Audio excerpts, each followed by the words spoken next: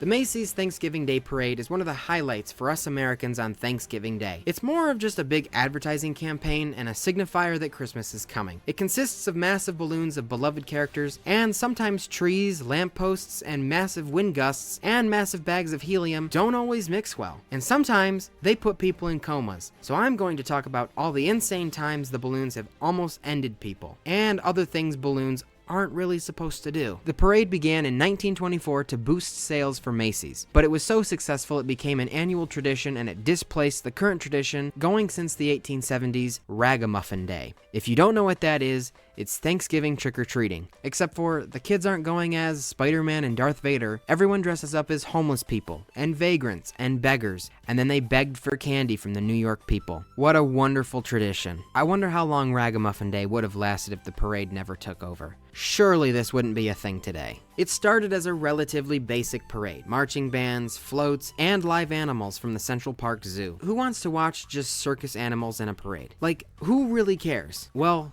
okay, I guess back then, that was like the one interesting thing you would see as a kid. Or hey, I guess in your lifetime, because life expectancy was so low. Nowadays, I don't think kids would care about animals. They can pull up any beheading video they want with the swipe of a finger. Very quickly, the parade added those massive balloons it's known for, made up of characters created by Macy's for the first few years, until they added Mickey Mouse, introducing licensed characters into the lineup, henceforth dominating the parade. It might have been a good thing too, because Macy's had balloons like the Terrible Turk. Take a look at this goldfish, Father Knickerbocker, don't say that too fast, and Boob McNutt. Who let the middle schoolers name these floats? Morton the Nantucket Sea Monster, his name ain't Morton. That's not the worst one. Take a look at Pinocchio. It looks like he hasn't told the truth ever. He must be on some island list to accumulate that many lies. Now, surprisingly for being the 1930s, during the time of lobotomies and child labor, there weren't too many problems. The biggest oopsie, shall we say, is how they deflated the balloons at the end of the parade.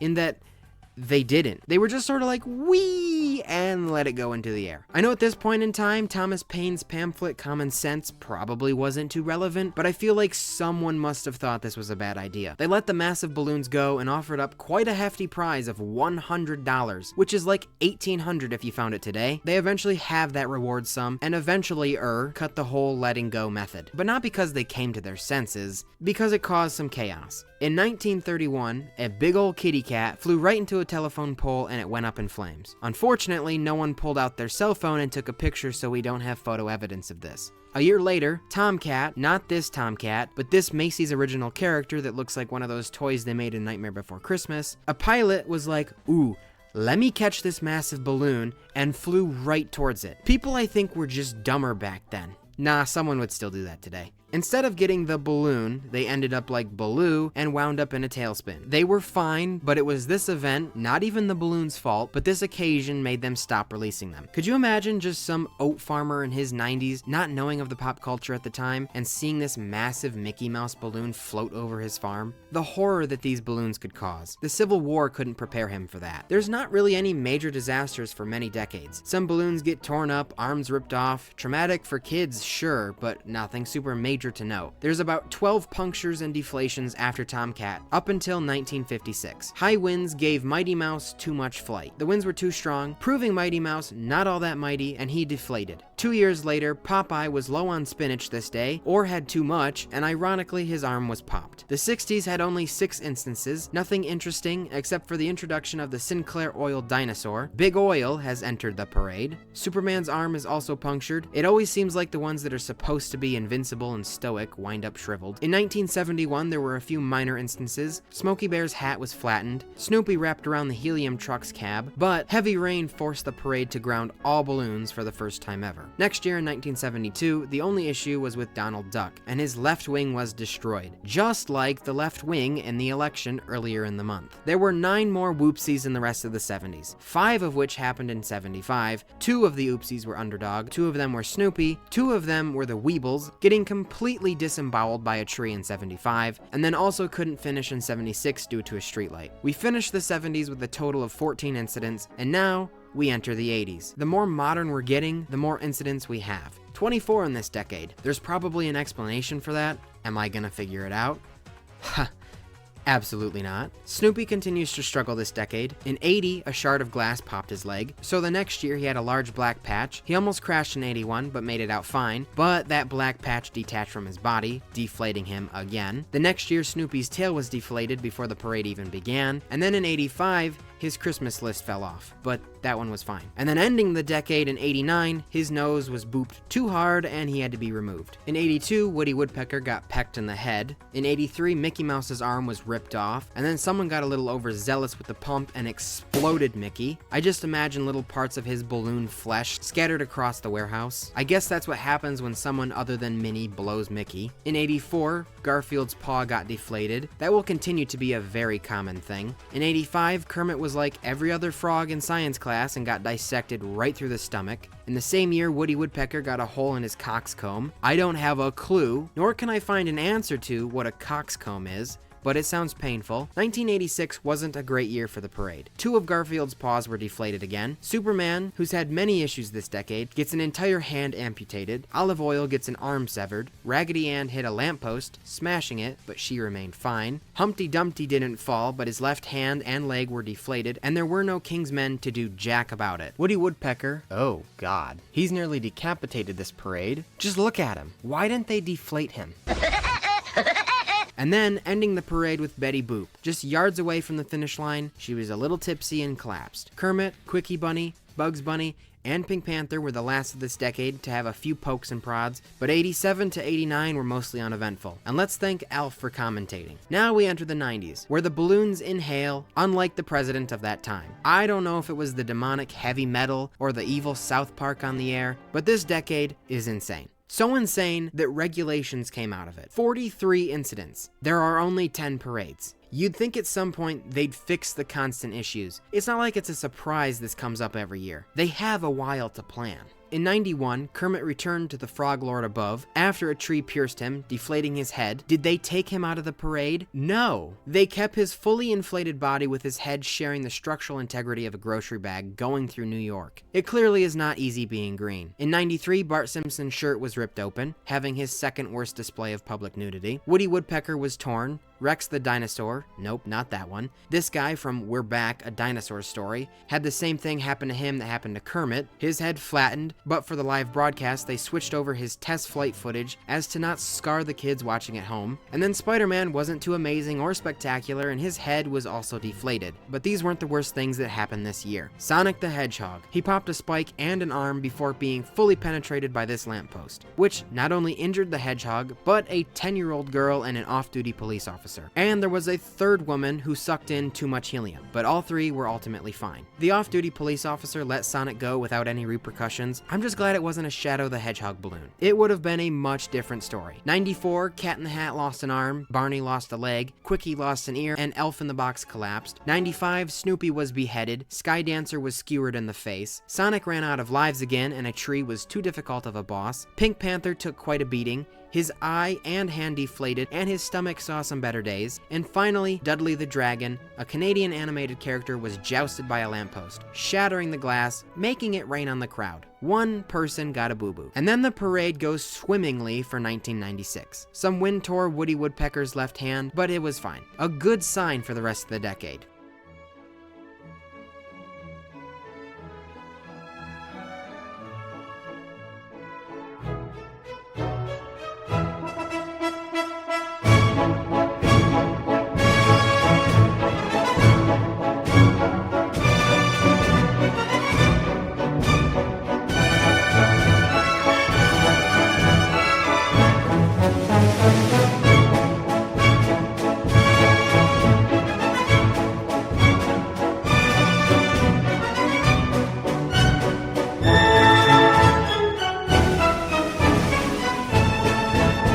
November 27th, 1997, the second most tragic day in New York. There's a severe windstorm. A great sign for a massive balloon parade. The bottom of an ice cream cone deflated and it knocked over a guy, but he was fine. Arthur lost an arm and ear to some lampposts. Big Bird was fine, but the ABC that flew with him lost its C. Garfield once again, lost a paw. The dad on the snowman float gets beheaded. Peter Rabbit almost got punctured by a lamp. The flying fish balloon was shredded by overnight gusts, according to a balloon technician. The first real big blunder was Pink Panther. He rocked forward and backward vigorously in the wind, and because he's so big, this knocked over his handlers. He was eventually pierced by a streetlight, the same one that got Arthur earlier, so the NYPD popped his tail to even him out, which was momentarily successful until they fully deflated him. In doing so, these huge flaps of pink plastic were coming down and almost suffocated a mother and her daughter, who were both handlers. Allegedly, it also knocked another person unconscious, but that's unconfirmed.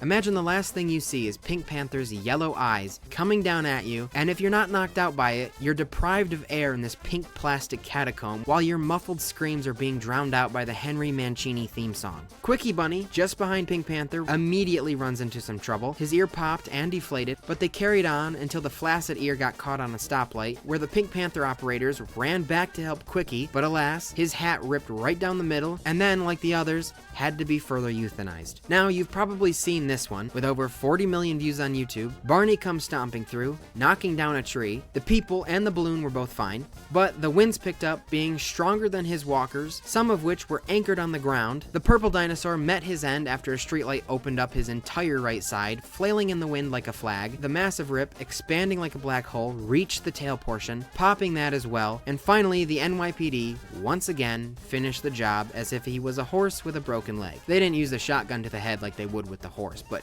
you know. Now the Barney hide lays in the middle of New York as if it were a bearskin rug in the living room. Make way for the hedgehog again. Sonic is coming. Oh wait, never mind. His head is slashed open just a few minutes after his run began. Down the street is the most dangerous balloon yet. Not much of a float, but more of a threat. The massive balloon is of the Cat in the Hat. He is one of the only balloons to ever make a person go splat. With a streetlight is what he collided. Either strong winds or his handlers were misguided. The same lamp Peter Rabbit hit a bit ago, their outcomes would not be the same though. The first hit got lucky and bounced back. The same streetlight again is what it smacked. It then made a loud thwack. The top of the light fell off right down to the tarmac, injuring 4 people, and a woman's head now has a crack. This incident nearly killed her. She wound up in a hospital, with the next few weeks being a blur. She was in a coma 1 month long. A lawsuit many years later found Macy's in the wrong. She sued for almost $400 million for her life almost being cut short. We don't know what she got because they settled out of court. Next year, new balloon size limits were put in effect, although Cat's size with the new rules were still correct. The feline was banned from the parade, where he was then spayed with a blade, and the wound was too big for a band-aid. She used the money for an apartment in a building rather tall. What happened next has the ability to appall. In 2006, Yankee pitcher Corey Lytle was learning to fly. Right before she entered her room, things would go awry. Her building and Lytle's plane would meet. The crash killed the instructor and the athlete. But this woman, Kathleen, was fine. But what landed in her room was the engine turbine, setting the whole place on fire. I wonder what she thinks of this, considering the event prior. And then we end this chaotic year with Spider-Man getting both hands and both feet deflated, and was overall fine. And Bump A from the children's book Bump A ABC had his back legs deflated and lost his front toenails, but was otherwise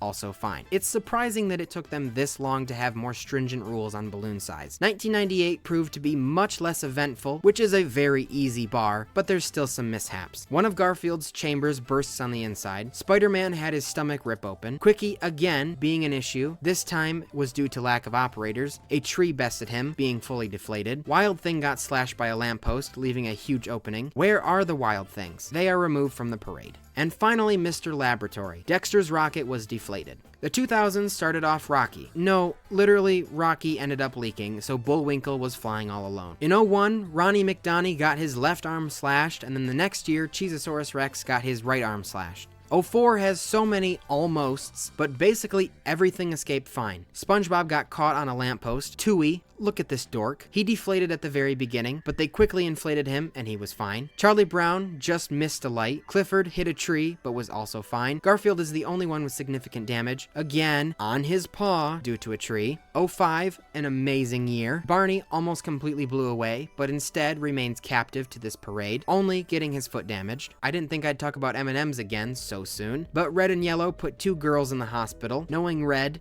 He did this on purpose. One of the rope lines caught on a lamp, breaking it off, and it fell into the crowd. The light hit the girls, and they both went to the hospital, but they were also released in the same day. Nice try, Red. This would be the last year for 14 years to have one of the balloons removed. Unfortunately, moving into the age of cell phones, there's like nothing super crazy where we would benefit from multiple angles. The next year, SpongeBob was once again caught on a lamp, but he made it out, and then the rest of the decade is uneventful. There's some minor deflations, nothing crashed like the economy did. In 2010, SpongeBob, again, got caught on a lamp.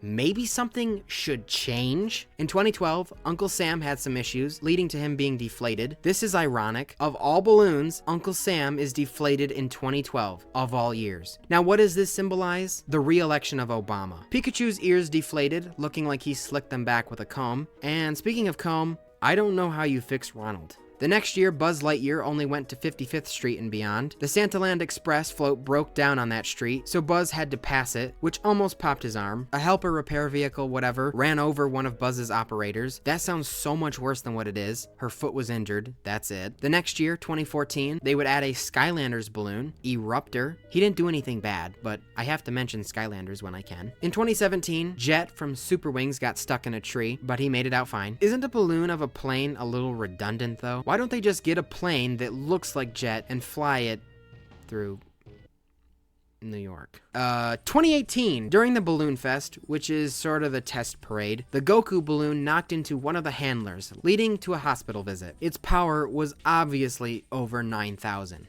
I don't know anime. Editor, insert a funny anime reference. Oh yeah, I am the editor. Never mind. 2019 is the year that balloon removal streak ends. Yayoi Kusama's balloon, Love Flies Up to the Sky, whatever this thing is, flew into porta potties and ATMs and eventually met its end from a subway map. This happened the night before the parade, so it didn't even get to float. Jet was propelled by the wind, leading to one of the operators losing grip and then falling, hurting his elbow and knee. Goku again causes a shoulder injury in his handler, and then another handler tripped on a bag, not Goku's fault, and then a third person, an older woman, fell. Ronald McDonald is the one responsible for breaking the streak. Before the parade even started, his shoe tore, and because of this, it just kept ripping further and further, and was eventually removed. To trick the television audience, like they have done so many times before, they replaced his footage with some from 2018. I feel like this should be illegal for some kind of fraud or deceit or something. Everyone at home is missing how awful this parade fails sometimes. Finally, the last major balloon was the Nutcracker. It knocked down an operator, but both the person and the balloon was okay. In 2020, Ryan's World got its own balloon. It didn't pop, but it kept reappearing all the way until 2023. I'm just surprised this is the first YouTube balloon. I don't know how I feel about Ryan's World being the one representing YouTube in a parade. I'm not saying I'd make a better person for it. I don't know who it should be. I'd personally like to commentate on the parade. There's always a negative person missing from the commentating.